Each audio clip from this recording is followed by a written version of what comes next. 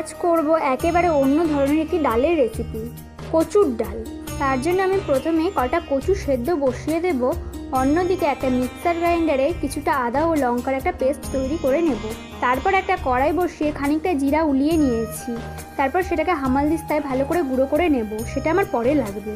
ও কচুটা সেদ্ধ হয়ে গেছে, সেটাকে ছিলে আমি ভালো করে ম্যাশ করে নিয়েছি। তারপর একটা কড়াই বসিয়ে তাতে খানিকটা সর্ষের তেল দিয়ে আমি ফোড়ন হিসেবে শুকনো লঙ্কা, তেজপাতা ও পাঁচফোড়ন দিয়ে দিয়েছি। তারপর আগে থেকে করে রাখা আদা লঙ্কার পেস্ট দিয়ে তাতে লবণ ও হলুদ দিয়ে কিছুক্ষণ কষিয়ে নিয়েছি। কষানো হয়ে গেলে আগে থেকে ম্যাশ করে রাখা কচুগুলো দিয়ে আরও কিছুক্ষণ কড়াইয়ে নাড়িয়ে নিলাম। তারপর তাতে মাপ মতো জল দিয়ে দিয়েছি, দিয়ে খানিকক্ষণ ফুটিয়ে নিব। তারপর আমি তাতে স্বাদ মতো চিনি দিয়ে দিয়েছি, দিয়ে আরও কিছুক্ষণ ফুটিয়ে নিয়েছি। ডালটা ঠিক যেমন হয় তেমন ঘন হয়ে গেছে।